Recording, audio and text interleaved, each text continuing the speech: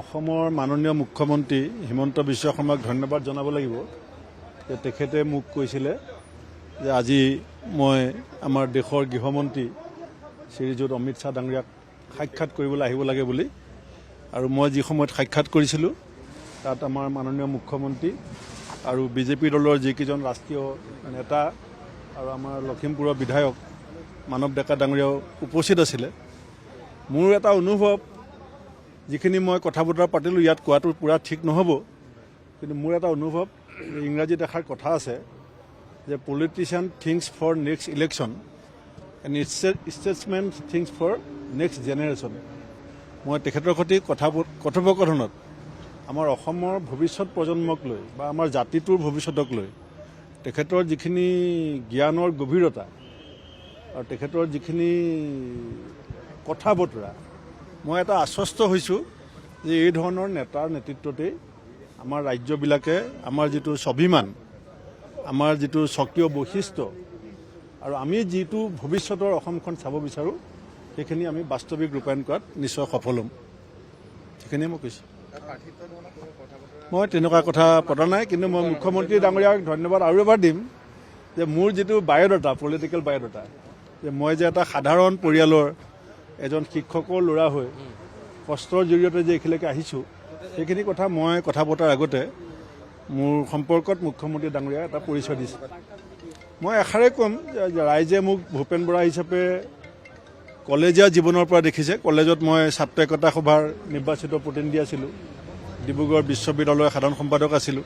তেতিয়াৰ পৰা এতিয়ালৈকে যিজন ভূপেন বৰাক দেখিছে সেইজন ভূপেন বৰাক অসমৰ ৰাইজে অসমৰ স্বাৰ্থত, জাতিৰ স্বাৰ্থত কাম কৰাৰ বিজেপি দলে যেতিয়া সুযোগ দিব সেই কাম নিশ্চয় মই নিষ্ঠা আৰু সততাৰে কৰি যাম। কিন্তু সেইখিনি বিজেপি দলে ঠিক কৰিব। মই এতিয়া কেতিয়া ক'ত কোনে কাক যোগদান কৰাব সেইখিনি মই কোৱা নাই, কিন্তু আমাৰ বহুত 8 মাৰ্চৰ ভিতৰত 50% কংগ্ৰেছী, মানে যিখিনি জাতীয়তাবোধ থকা কংগ্ৰেছী সেইখিনি 8 মাৰ্চৰ ভিতৰত বিজেপি দললৈ আহিব।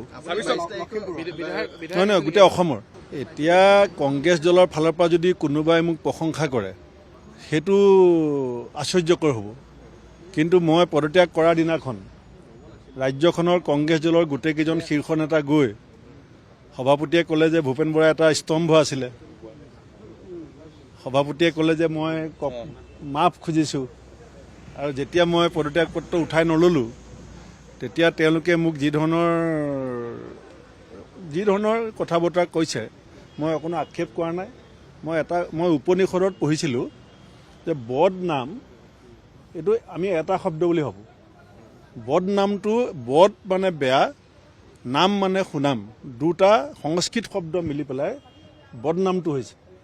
এতিয়া যিদিনাখন মই আছুৰ পৰা কংগ্ৰেছলৈ আহিছিলোঁ 93 চনত, তেতিয়াও মোৰ বদনাম ওলাইছিলে, কিন্তু সেইজন ভূপেন বৰাই গৈ অসম বিধানসভাত শ্ৰেষ্ঠ বিধায়কৰ বঁটা পালে আৰু কংগ্ৰেছ দলে অসম প্ৰদেশ কংগ্ৰেছৰ সভাপতি পাতিলে। এতিয়া মোৰ বদনাম ওলাইছে। বিজেপি দলে যদি মোক সুযোগ দিয়ে সেই বদনাম মই নিজে মোহাৰি ৰাইজৰ সন্মুখত মোৰ যিটো সুনাম সেইটো মই প্ৰতিষ্ঠা কৰিম। নাটক বুলি মই নকওঁ, নাটক বুলি নকওঁ, মোক ভাল পায়।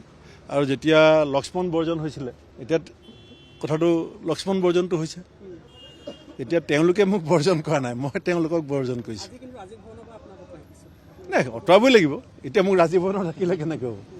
এতিয়া মোক কেনেকৈ ৰাজীৱনত ৰাখিব? মই আপোনাক আজি এষাৰ কথা কৈ দিলোঁ, মই এইবিলাকতো মিছাকৈ ভৱিষ্যতবাণী কৰা অভ্যাস নাই। 8 মাৰ্চৰ ভিতৰত জাতীয়তাবোধ থকা বিধায়ক আহিব, কংগ্ৰেছ চব বিজেপিলৈ আহিব। মই ক'লো নহয় আপোনাক, বিধায়কনো কেইজন আছে? জাতীয়তাবোধ থকা বিধায়কনো কেইজন আছে? আপুনি নিজে কওক। অখিল গগৈ কৈছে বাৰে বাৰে কংগ্ৰেছে মিত্ৰতাৰ নামত এয়া চূড়ান্ত গাফিলতি কৰিছে বুলি কৈছে কংগ্ৰেছে। আজিও কৈছে অখিল গগৈ, গৌৰৱ গগৈ দেউতাকৰ দিনৰ পৰাই ভাল নাপায়। মই কৈ দিছোঁ আপোনালোকক, অখিল গগৈ মনত পেলোৱা ভাল। অখিল গগৈ, গৌৰৱ গগৈ এই দেউতাকৰ দিনৰ পৰা ভাল নাপায়। আপোনালোকে কাহিনীবিলাক মনত পেলাব। 16 চনত তৰুণ গগৈ ডাঙৰীয়া যোৱাত যদি 5টা কাৰণ বিচাৰে ক্ষমতা পৰা যোৱাত, তাত এটা অখিল গগৈ বুলিয়ে গৌৰৱ গগৈ ভাবে। APSC কেলেংকাৰীত এই চেয়াৰমেনজনৰ নাম কি আছিলে?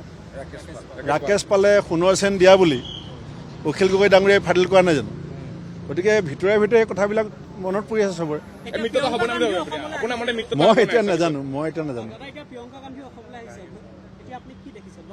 মোৰ এটা দুখ লাগিলে মই প্ৰিয়ংকা গান্ধী ডাঙৰীয়ানীক ব্যক্তিগতভাৱে সন্মানো কৰোঁ মই ভালো পাওঁ আৰু মই যেতিয়া মানুহগৰাকীক দেখিছোঁ সদায় হাস্যমুখে দেখিছোঁ এইবাৰ প্ৰথমবাৰৰ কাৰণে দুদিন অসমত আছে আপোনালোকৰ টিভিত এখনো ফটো দেখা নাই য'ত প্ৰিয়ংকাজীয়ে হাঁহি আছে জুবিনৰ লগত প্ৰিয়ংকা গান্ধী আজি ৰাজনীতি কৰি গ'ল আৰু জুবিন ক্ষেত্ৰত গৈছে আজি প্ৰিয়ংকা গান্ধী সেইটো কেনেকৈ ৰাজনীতি হ'ব যাবই লাগিব চাওক এতিয়া আপোনাক মই কৈছোঁ কইনা এজনী যেতিয়া ঘৰ এখনলৈ বিয়া পাতি আনে এতিয়া কোনটো ৰুমত কইনা এজনী থাকিব সেইটো গৃহস্থই ঠিক কৰিব নে কইনাই ঠিক কৰিব হ'ব